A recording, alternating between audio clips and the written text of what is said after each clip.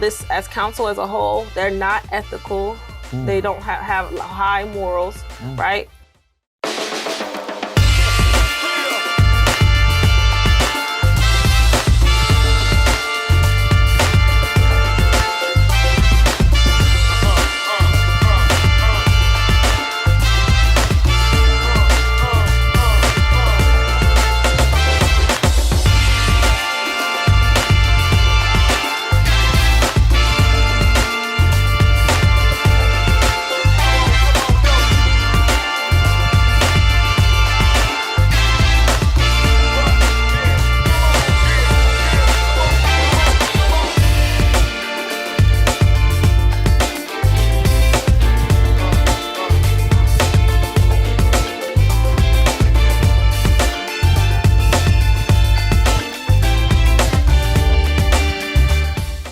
Good evening, this is Dr. Curry. Shané Darby. And welcome to The Source. Shané, good to see you back from wherever the missions were. I know you was really in reserve taking care of our country, making sure that if we got to send you over there to fight for the Israelites, you'll be able to.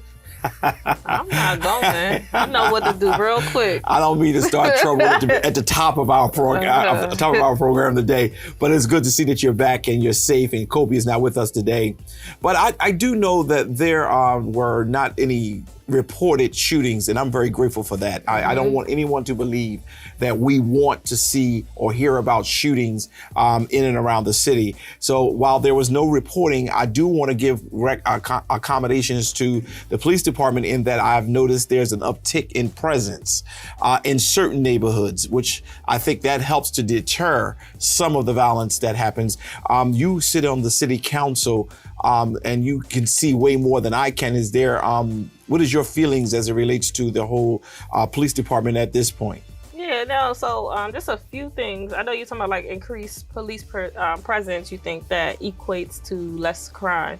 There's also research that shows that in predominantly Black and brown neighborhoods, actually more police presence equals more crime. Oh, really? Right?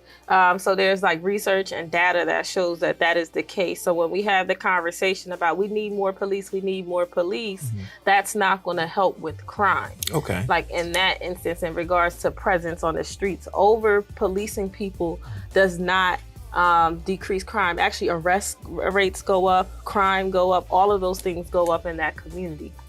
Well, I did notice that the arrest rate has gone up.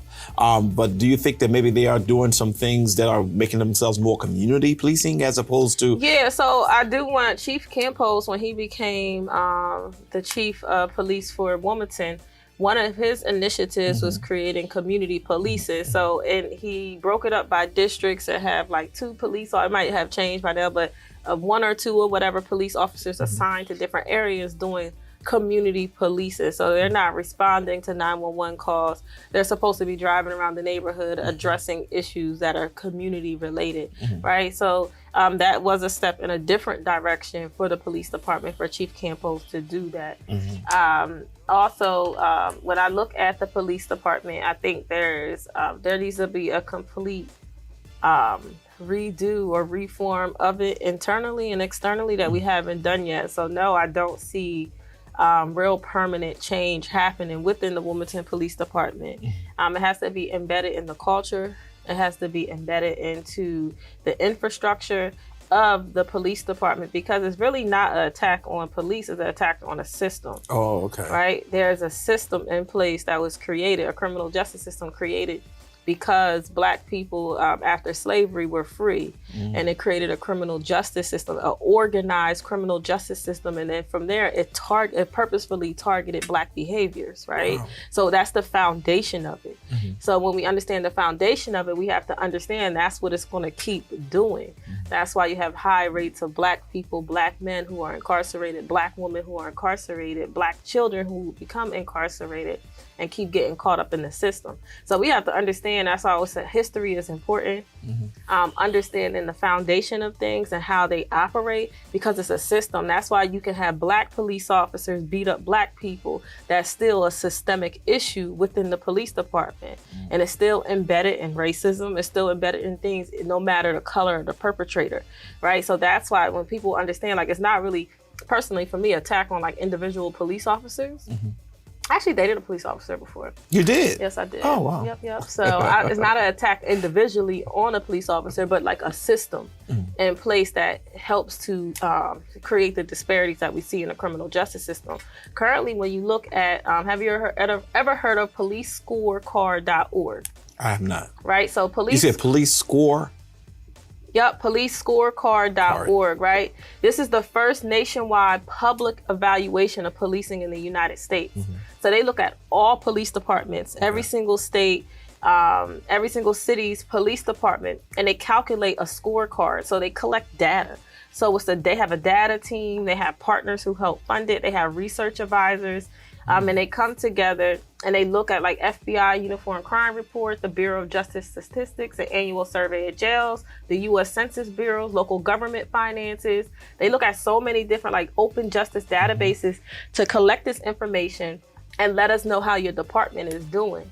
When you specifically look at Wilmington City's police department, we have a lot of issues. We're more police funding per capita than 99% of departments in the state. So they compare, they do a state analysis compared to state by state. And then within each state, they do, they compare it via, through cities. Cities, okay. Right? So in our state, the city of Wilmington has more police funding per capita than 99% of departments in the state.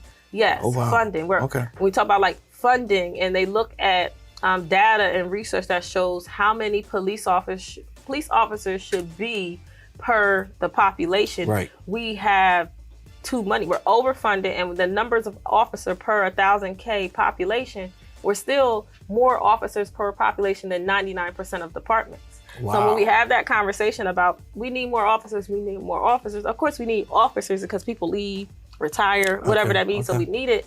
But do we per se need more officers on the books when research shows that over-policing Black neighborhoods does not decrease crime? And we also know that our police department is overfunded and the number of officers per population is just too much. So we have to really look at the structure of the police department, look at how many police officers we need, how do we effectively use them, right? So like starting the conversation with Christiana Care about like a community response team is important, right? But also the city actually establishing one has more impact and shows that it's more effective when you have 911 calls being directly routed to a community response team that can officially really address issues around like social problems, like people who might be doing sex work on the street, homeless people, like those type of things that they address. When you talk about effectiveness, right? We don't want police officers responding to those things. Absolutely. Right? We want someone who can help that population, because being a homeless isn't a crime. Laying on a porch, laying on somebody's sidewalk isn't a crime. Begging for money really isn't a crime, right? Should you go to jail for that? No. So that's a whole different system that we need. So we have to look at how do we create an effective department, and we have not done that yet. Now, do you think that our chief is open to doing something of that sort? So I had a meeting with him about establishing a community response team. We had partnered with a national organization of police officers. They're called LEAP, like Law Enforcement Action Partnership. We partner with them, and they build community response teams. So they'll come to your city, work with your police officers. And initially they were going to charge $10,000 to do the assessment. They said they found a grant and they'll come to Wilmington and do it for free. Chief Campos said he was not interested in it. Oh, wow. Right? So if the police chief isn't interested in it, it's not much you can do, because you need data, you need cooperation from your police department to get that established, and that didn't happen. And I'm glad, Shané, I really appreciate you taking this time to help me with this, because, every week we report how many people were shot, how many times if someone died or something. But there's a need for the community to understand that there's research and data behind making what we do better. Yes. And today, thank you so much, because as we were talking about what we were discussed today, I had no clue. I keep forgetting that you're a highly intelligent Black woman.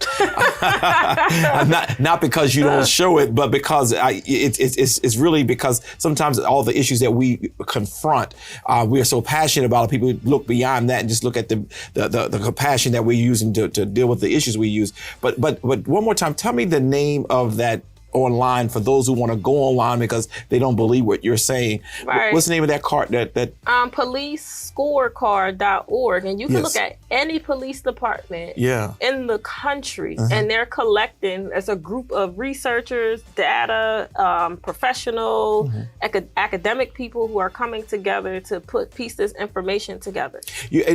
Sometimes it seems senseless to believe that we can solve a problem without understanding the data that stuff that's already surrounds some of the issues that we're going through. Just for example, you said it is not a crime to beg for money, on the street. It's not a crime to be homeless.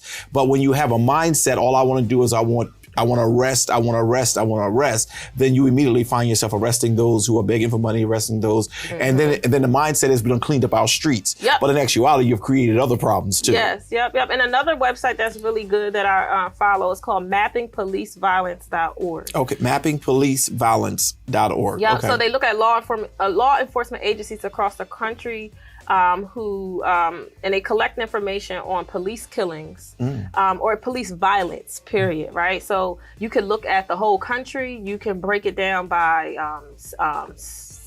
your state. So when we look at Delaware, it tells you how many people this year were killed by police. So far in Delaware, we had 3 police killings, right? So it tells you that Black people are 3.2 times more likely to be killed by police than white people in Delaware. When they look at the data from 2013 to 2023. From 2013 to 2023, we had 61 Black people who were killed by police, 19 white people, and 9.6. I don't even know how you do that with people, but 9.6. Based on the amount. Yeah, I guess based on the amount, Yeah, 9.6 Hispanic people, right? So when you look, you could there's the data is there. People are collecting this for us to understand our relationship with the police, right? And this is important for us to know, not to, in my opinion, to bash the police department, but to say, what can we do to improve this? Absolutely. And they're not doing that, right? Okay. Yeah. Most police departments are not saying, they don't track this as if they're doing well or not. Okay. Right? That's not one of their, what is it called? Evaluations. Okay. It's not like the Wilmington Police Department doesn't say, you know what, we killed 3 people last year. Let's bring it down to 1 this year. That's not like a thing that they evaluate about themselves. They don't evaluate how many arrests by race. Did it decrease? Did it increase? Right? There's more killings by police per arrest in 78% of departments in Wilmington. Right? More unarmed people killed per arrest than 76% of departments in Wilmington. So when you look at the data doesn't lie. And this is a reliable source. Yes, this is a reliable source. There's higher arrest rates for low-level offenses than 67% of departments. So what they do is they collect data, they put it, and they make it make sense to a regular everyday person. They have graphs on here. Yes, yeah. It's a really cool and neat system, and they work on updating it and it's about advocacy, research, different things you can use, source data, so you can click on the sources that they got their information from, their data and policies. Okay.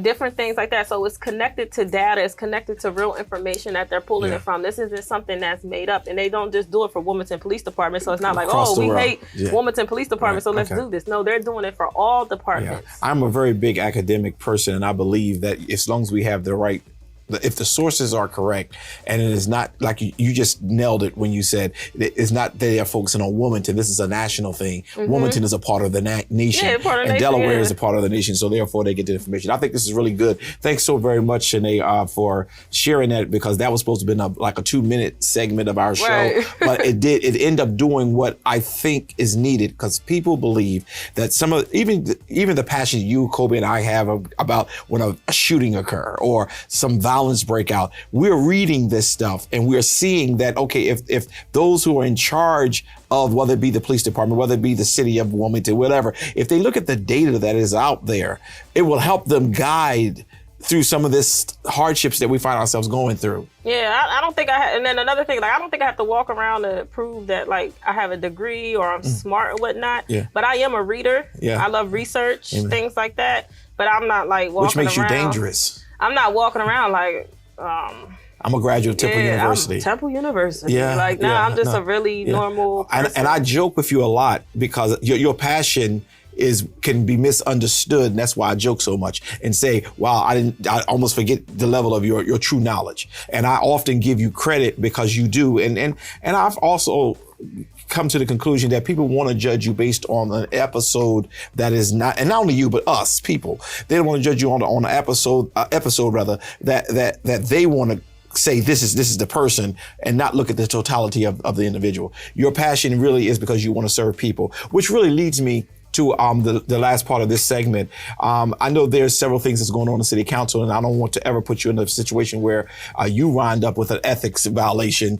But I know there's an ethics violation report that's supposed to be coming out soon. Is there any updates on that at this point?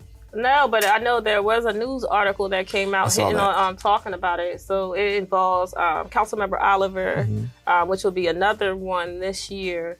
This is the second one, right? This is the second ethics complaint, so it has nothing to do with the first one. So the second one, it was like 2 complaints in one in regards to how discretionary funds were used.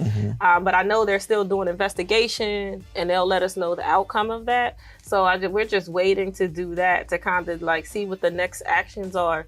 But overall, for me, when I think about like beginning on City Council, I know that's something we're going to talk about, but like my expectations coming in were very low of people. I didn't have high expectations. I already understood what I was walking into.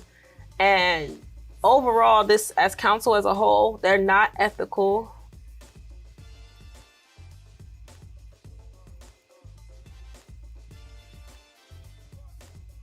I say all the time, y'all have very low like morals and ethics. Like they think they can get away with things because they know most of the time the public isn't paying attention or they're not used to someone challenging them, right? I can give several examples over time that things have been challenged and I have brought up to say this is unethical. You can't vote in private for an election. You just can't do that. And one council, she was the champion for that, right? You can't do that, right? You have to follow the law, and we're held to a higher standard. They don't like to believe that, but we're held at a higher standard because the people asked us to represent them, or we selected 2 or 3 of them and asked them to be held to a higher standard. And City Council just does not have that because their argument, and one person was saying, "Oh no, they can't fire me." Oh wow. They can't? I can't. No, you cannot. The only way elections is, I guess because people don't vote but they can fire you by not electing you. By not electing you, but while you're in your term, you pretty much could do anything. Oh, wow. No, but you know what? Well, I was going to ask you, and I'm glad you said that. I was going to ask you, even with this ethics complaint that is going forward, what happens? Let's just say we're not involving ourselves with the ethics complaint that is you've seen in the paper and things of that nature. Let's just make it blanket. If I violate something that is really egregious and with ethics, what could City Council do to me as a City Council person? So the only thing we could do is a censorship, really. So a censorship isn't like we're asking them to be quiet, but a censorship is acknowledging that what they did was wrong, like condemning someone. So only time they can really be held accountable is that if it was criminal. Yeah, if it was criminal. Wow. And some people might argue if this is criminal or not. Like, I know that's been a conversation. Well, if it's a violation of code, it is criminal. Correct. Right. So, like, no, but like voting yes to get your brother money, not criminal. Unethical. Okay. Yeah. Oh, okay. But when you deposit a check into your account, that might be criminal. I don't know. Right. I don't know. Okay, I see what you're saying. But we don't know. That's been conversations on if it leads to criminal. Like that could lead to the first ethics complaint. No, because I was involved in that, and I'm open about that. I submitted that ethics complaint, and that wasn't like criminal. That was more like ethical. This is ethical, and it might breach the line of criminal, but I don't know. I'm not a lawyer. But when you live in Delaware, it's not even about whether if it's criminal or not. This is just what I've learned. If you get in with the right people, certain officers is not going to come after you anyway. So even if it is criminal and people are connected to the Attorney General's office or connected to certain offices, it won't become criminal with the state. It'll just be, okay, keep moving. And I think that is so sad. It is so sad. My friend I was very close with her. I'm a little bit older than her, but she just won mayor for the city of Philadelphia, Sherelle Parker, who went to school. I was president of student government for 2 years, and right behind me, she became president of student government. She's always been a strong advocate, great Delta sister as well. And one of the things that we often talked about is the level of lack of ethics in the community. I even heard her giving her speech about how people promised her things and said they were going to do things and just didn't do it, but she still won. And that's why people, when I hear you talking and things like that, I always try to make sure they see you, because at the end of the day, having ethics is not popular. Yeah. It's not popular. Agree. It's not popular. I agree. But it always wins at the end. Yeah. And I think that's the point I'm trying to make in this situation. Because when you hear a person say they can't fire me, I just this is one time I don't want to believe you when you say somebody would say that, especially if they are elected official. Because if you have that kind of gall where you can just say, well, they can't fire me, then what are you really saying? Right. Are you really saying that you're above the law? You're above the people who elected you? Yeah. So that can be interpreted many ways. Yeah. But I know that I'm just, either way, I'm going to call it out each time when I feel like something is unethical. So there will probably be another censorship once the investigation is completed, because I'm for ethics and doing the right thing.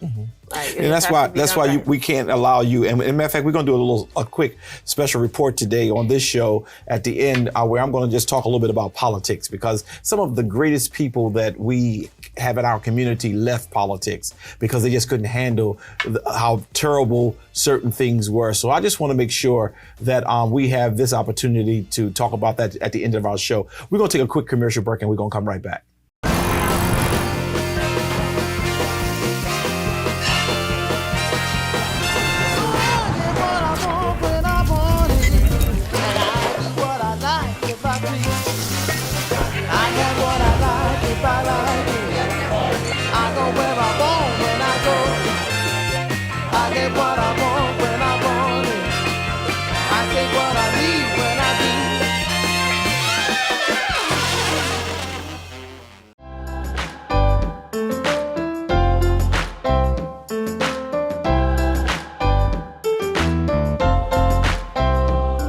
Tune in at 8 a.m.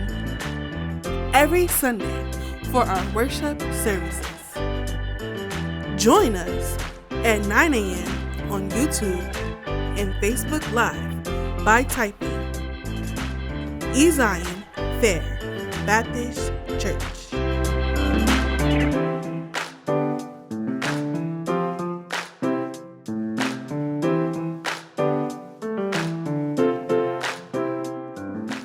We are Wilmington's most exciting church.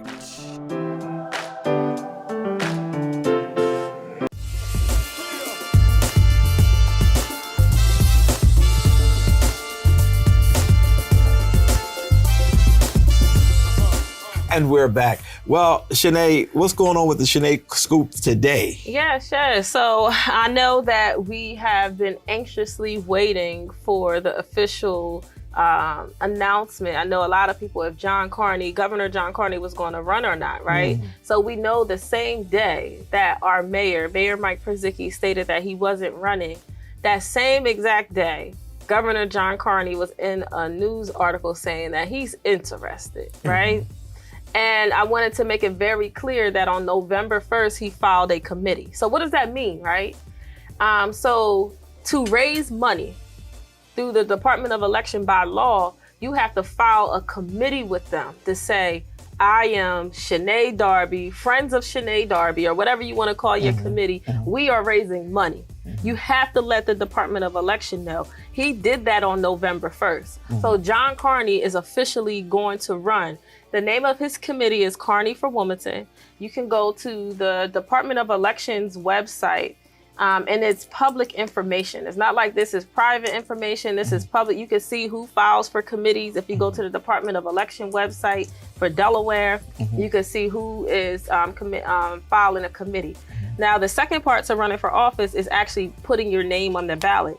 You have up until like June to do that. Oh, wow. Right? So people can file committees. Of course, I don't think Velda Potter, I don't think she put her name on the ballot yet. It's not even open yet. Okay. They don't open it until like January. Okay. So you have like January to June, that 6-month period to put your name on the ballot. But you can file a committee whenever and start raising money. Okay. Right? So they're like two different things. I don't know if most people understand. They don't teach you how to run for office in school, you know? They don't tell you the steps of the process.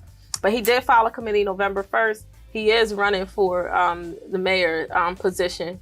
I wanted to make people aware of that. So I posted it on my social media. I screenshotted the piece where it shows what day he registered and who his person is. Do you think that maybe he's doing an exploratory type situation? 'Cause I know you basically saying he's running, but because he filed for the committee, does that mean he's definitely running, or does that mean he's trying to see if or not he can even raise funds to run?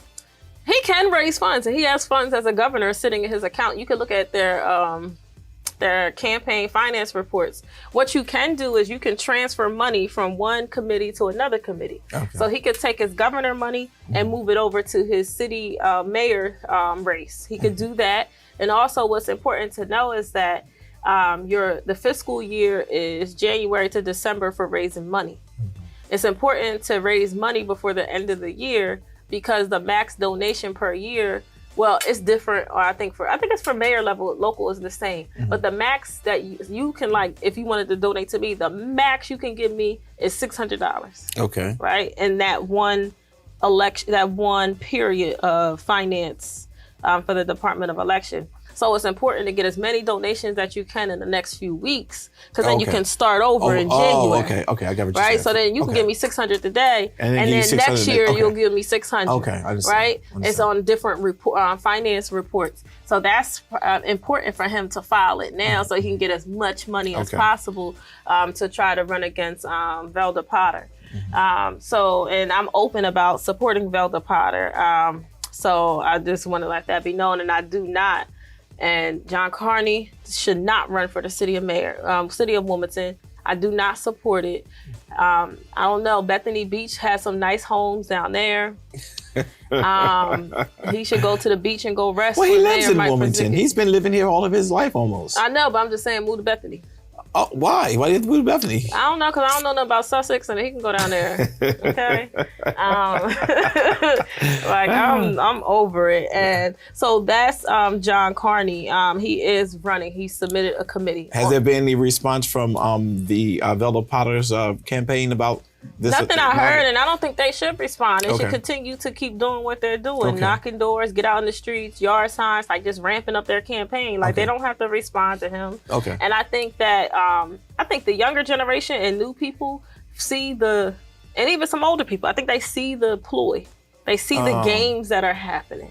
Right? People are not. They think we're dumb. They think that we're not watching. Okay. They think that they can play these games, especially in the predominantly Black neighborhoods, because they know that most of us are asleep or in survival mode, right? Wow. So when you're in survival mode, you can't some people can't pay attention to politics. When you're just trying to eat, right? You're not thinking about politics. So they know that neighborhoods like in the city of Wilmington, they can have that control. And then I also think that, like, John Carney being a household name in politics, I think that some people just like names, right? They don't really look at the work that someone does or the connection. So those are some of like the issues or problems I see. But I think the Potter camp keep doing what they're doing, hit the high rises, and I wouldn't even mention him. He's a non-factor.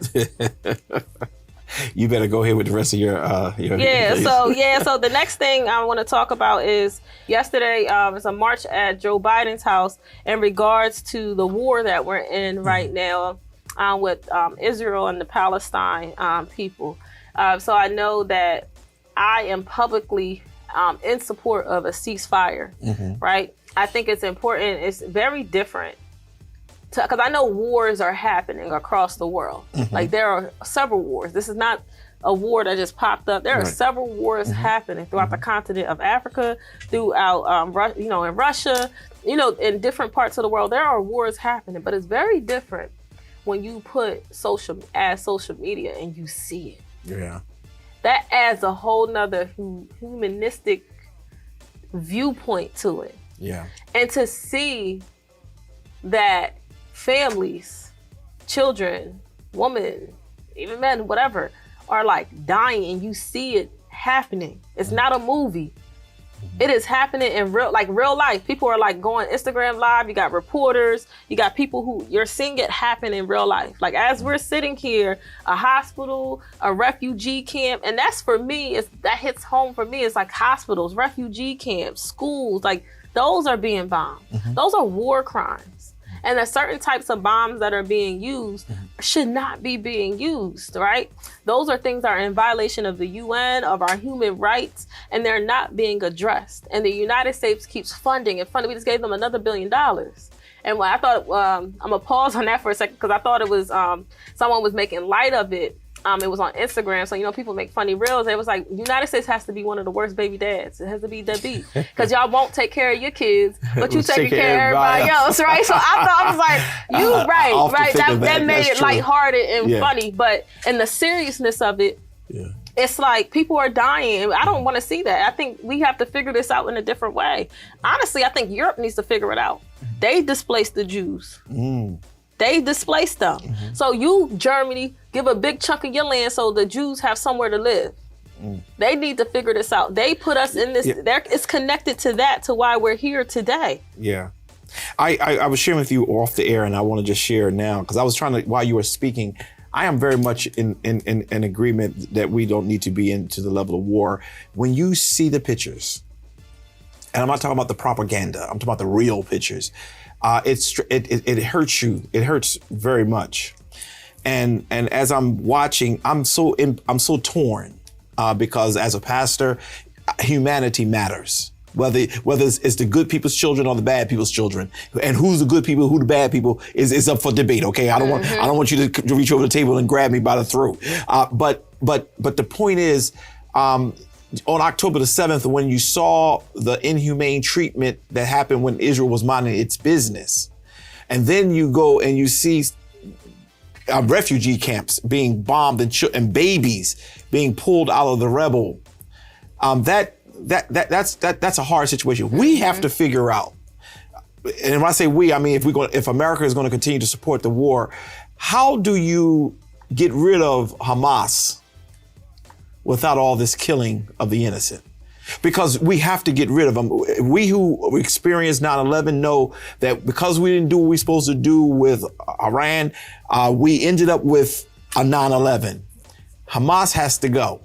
But do I agree with the killing of these children, these women, these people, the innocent? No. Right. No, and another thing I just want to point out too is that people have to understand is that Israel authorities, so when we said they were minding their business, I don't know if we can say that because you're invalidating the experience of the Palestinian people who have been under this apartheid, right? So the Israel authorities came in, when they came in and took over the land, they actually forced people to leave. And then there was this like return to Gaza thing. And as the people were returning, they were shooting them. So that's a whole nother issue. So there's like, before Hamas, which I think is a terrible thing, right? What they did, they went and killed other people. I don't think killing other people is acceptable, right?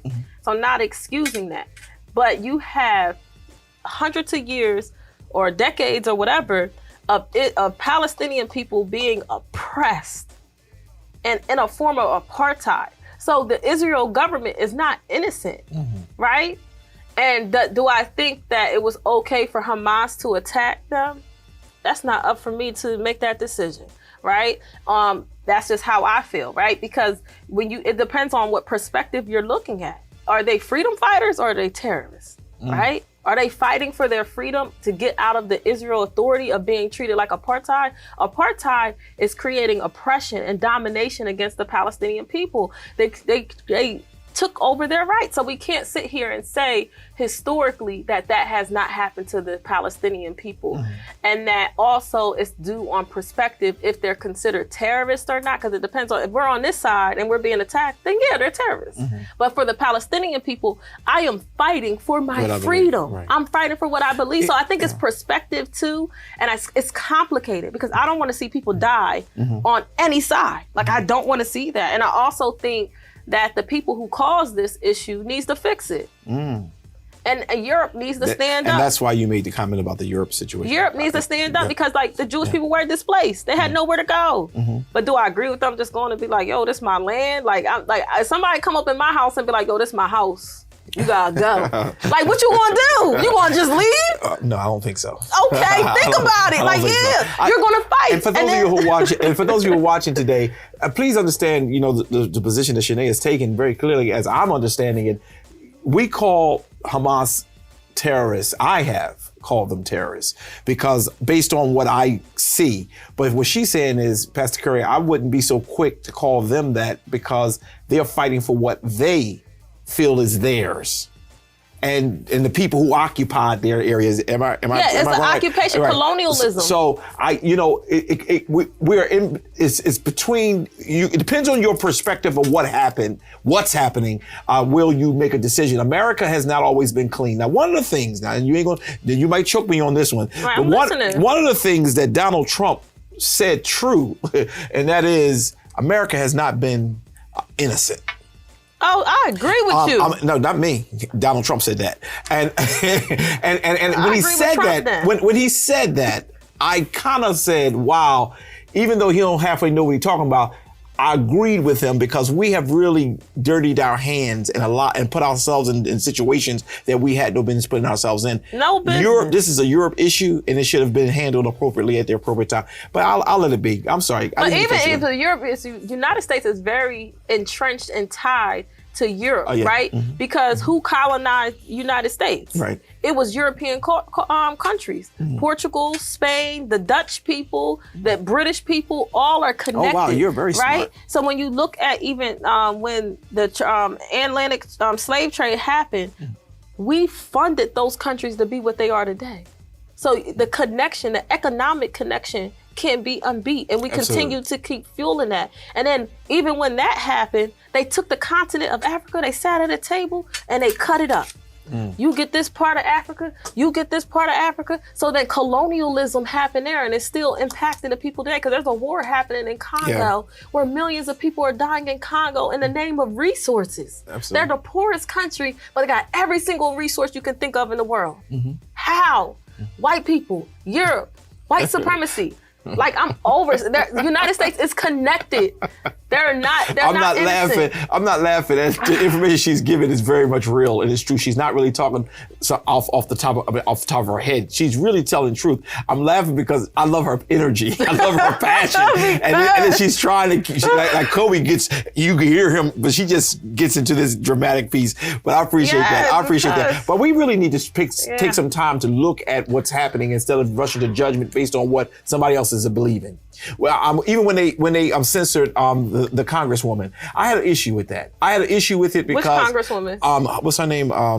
The Palestinian Congresswoman. They censored her. I can't think of her name right now because it caught me off. But they censored her, which I thought because she said from sea to sea, and that was supposed to have been a whistle call for killing all the Jews and things of that nature. And I had a problem with it because I felt that she has a right to share what she feeling, but she was representing her people and and I'm glad to have a politician who's not going to just get in to fit in. Yeah. I'm glad to see a politician who will speak truth to power, but she quickly met up with the forces of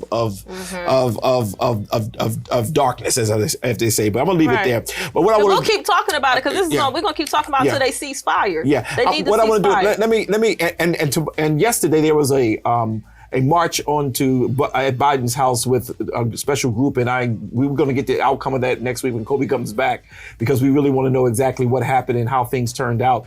But that was yesterday. It was a march there. But we're going to take a quick break, and I'm going to come back because I want to continue on with your corner, because you had some very strong topics there. I want to make sure we stay there. We'll be right back.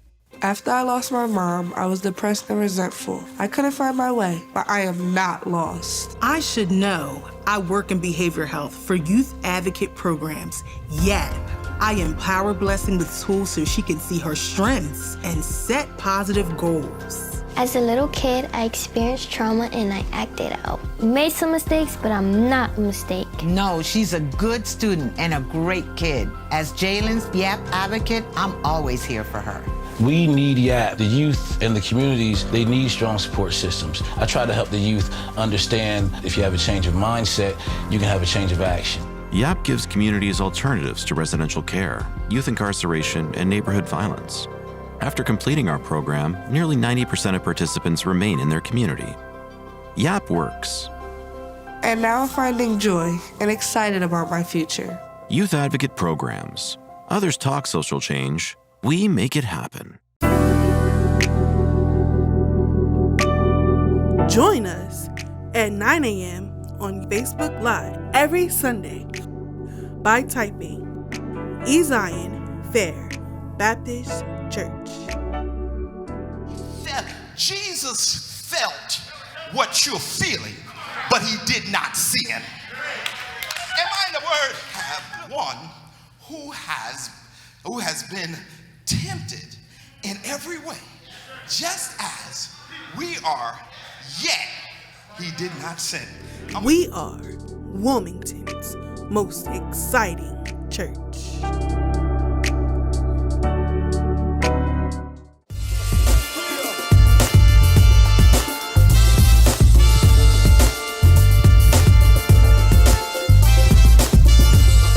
And we're back. Well, we've had an interesting show today. I want to continue on with Shané's scoop. Shané, you got some more? Yeah, so residency. Okay. Big hot topic right now. So I know that the next time residency will be discussed is on November 16th. Okay. At 6:30 at the City Council building. You can join virtually. You go to the website, you can find the link.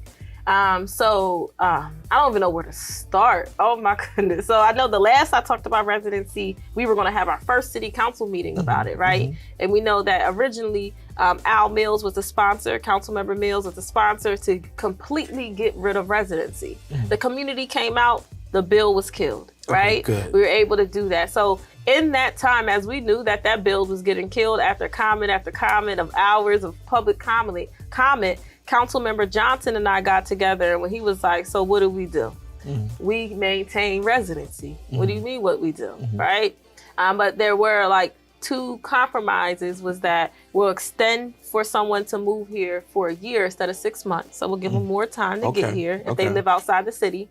And then also we'll start a residency working group. So the residency working group will look at some of the issues with residency and come up with solutions to fixing it. Like, oh, it's expensive to live here. Maybe a relocation fund to help you get here, or connecting them to resources. So just having a residency group to kind of talk through some of the issues that were presented for people to move here and for people to stay within the city. So how do we make our city more attractive? How do we make it more attractive to be a city employee? Was for that residency group. So that was the compromise with Chris Johnson and I, with Councilmember Johnson. So I submitted the legislation request. So that was Thursday. Friday, I submit the legislation request. Councilmember Johnson and I communicating back and forth. It's good. The following week happens, and I realized that Councilmember Johnson said he was no longer in support of a bill, and that the bill y'all working on together? Yeah, that we worked on together. Oh wow. Yeah.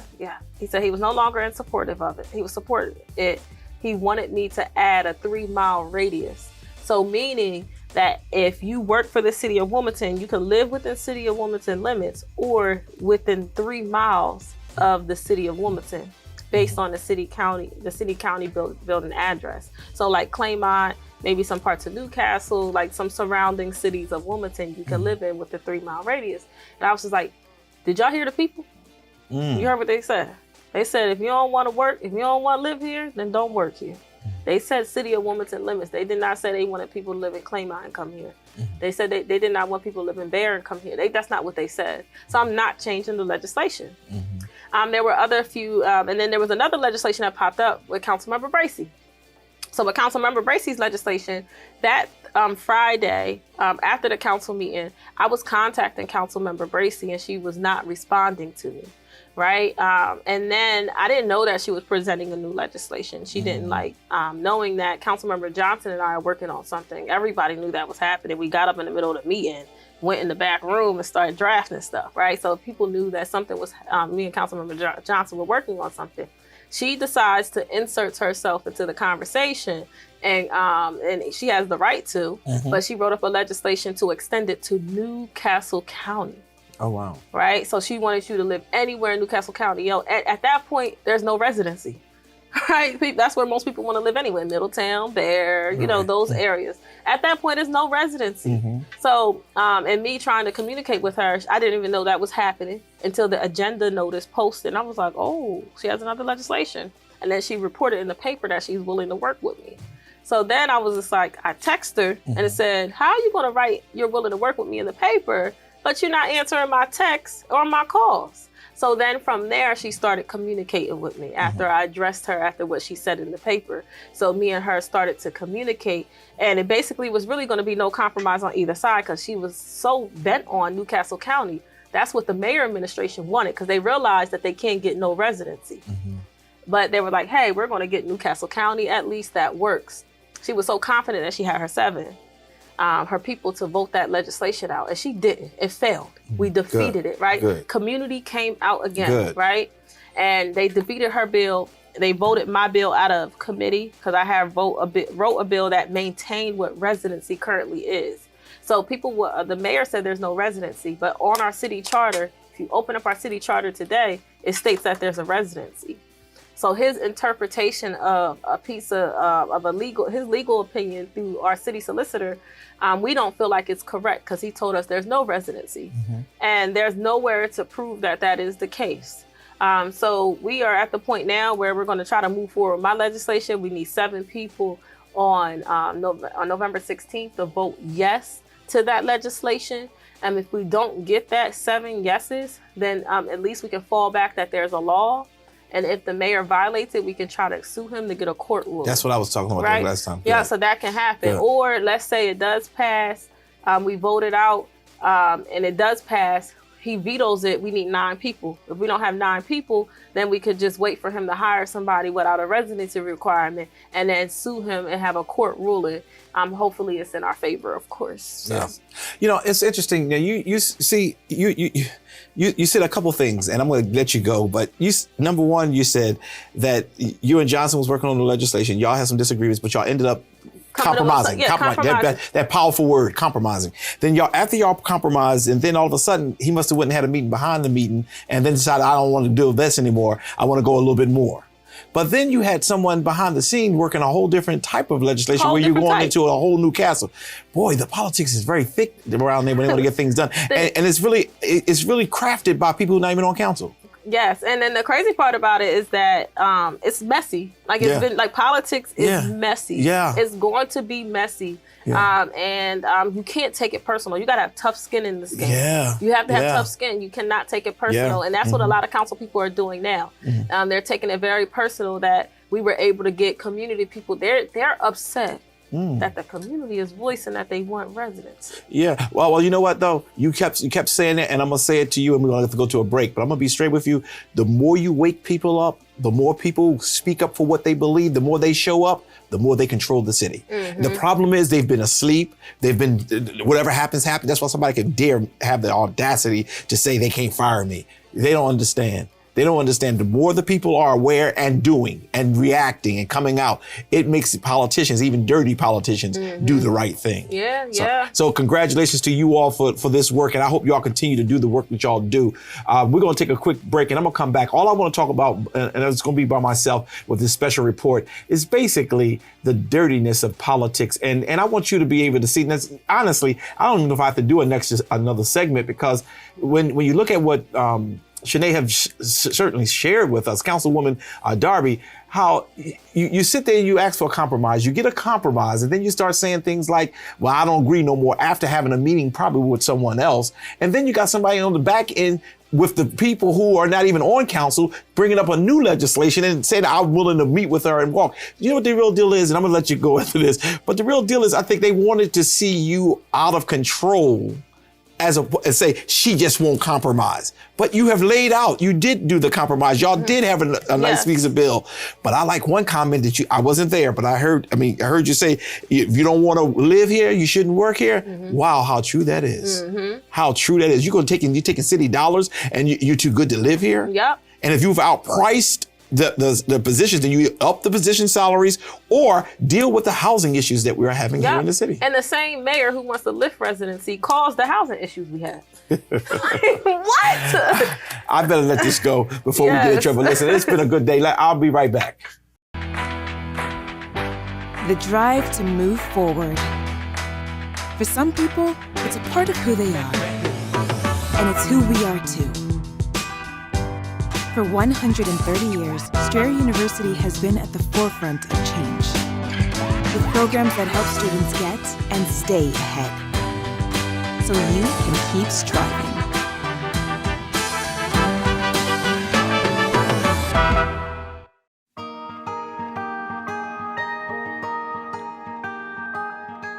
Poverty can often act as a barrier, preventing individuals, families, and communities from reaching their full potential. In communities facing persistent poverty and high unemployment rates, the Community Economic Development Program, or CED, invests in local businesses and helps create and expand job opportunities. CED grants provide long-term solutions to poverty by ensuring that 75% of all the jobs created with CED funds are filled by individuals with low incomes and that employees are connected to critical support services. All jobs created with CED funds are intended to be high-quality positions that provide living wages, paid leave, fringe benefits, and opportunities for career growth to truly help individuals achieve economic self-sufficiency. CED projects provide startup capital, loans, equity investments, and funding for construction for a variety of industries including restaurants and commercial kitchens, manufacturing businesses, distribution centers, grocery stores, child care and home care businesses, and agricultural and environmental initiatives. Every year, CED funds are used to create and expand hundreds of local businesses and employ thousands of individuals across the country. And for every $1 of CED funding that is used on a project, more than $6 from other sources is invested back into low-income communities. To learn more about CED, visit www.acf.hhs.gov/OCS/help.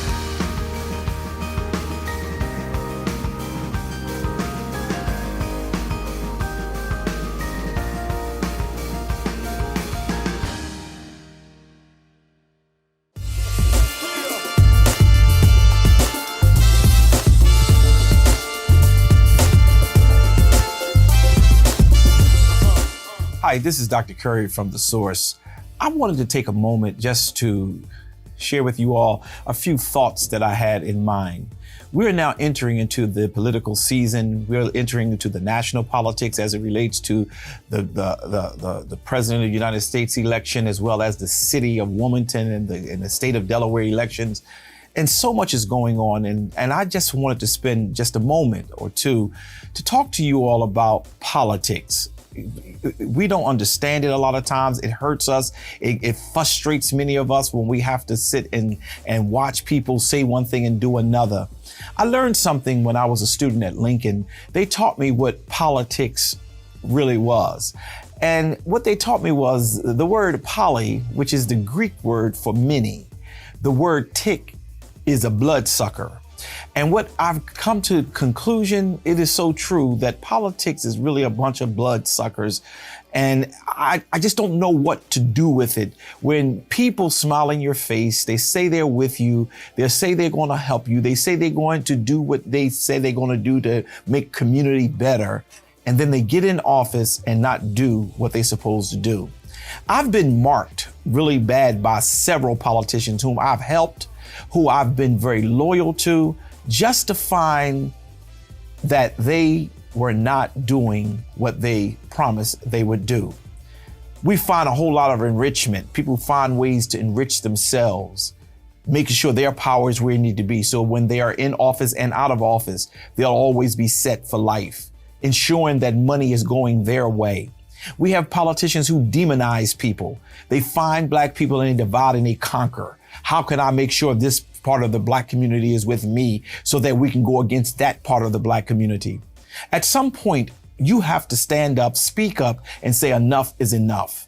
We have to start investing in those public servants who will be running for office and get rid of the people who are just there to make a political statement.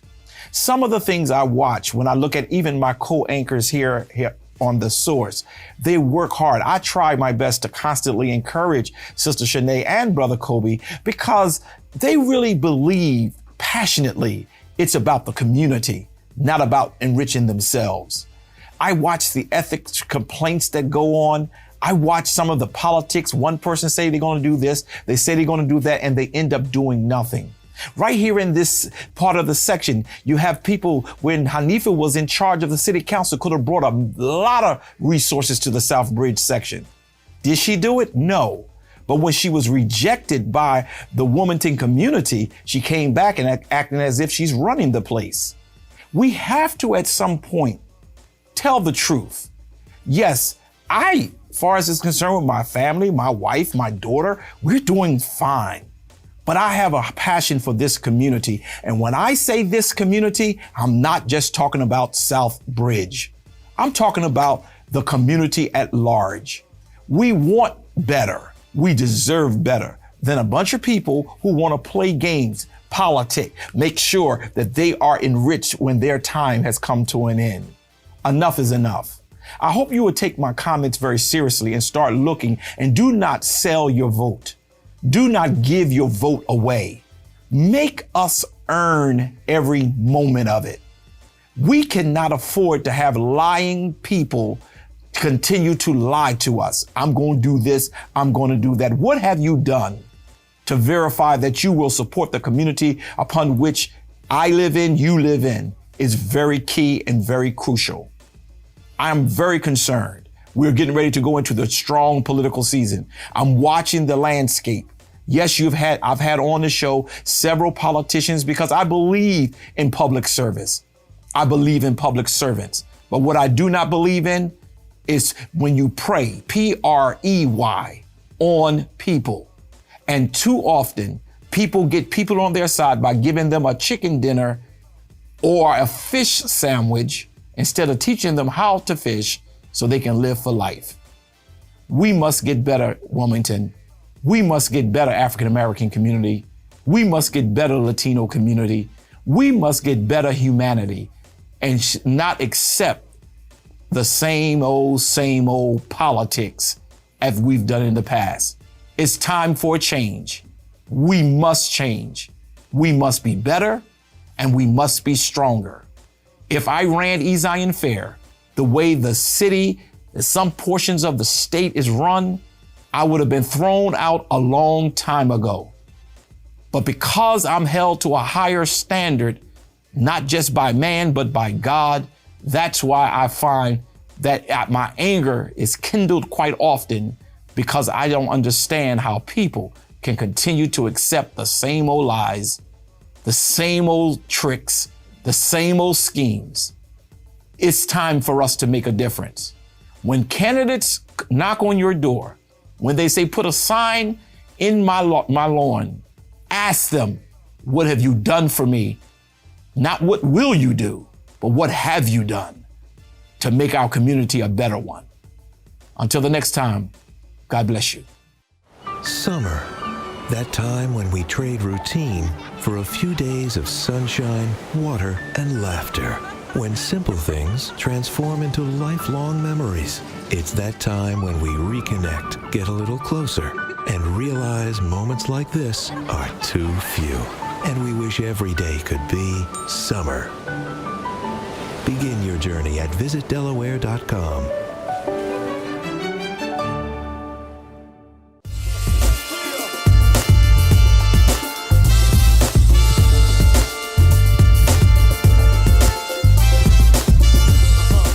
Well, Shané, great show today. Thank you so very much for all your expertise. And I know they're very angry with you today, but I am very happy with you today. It is what it is. This is Dr. Curry. Shané Darby. Until the next time, God bless. Talk soon.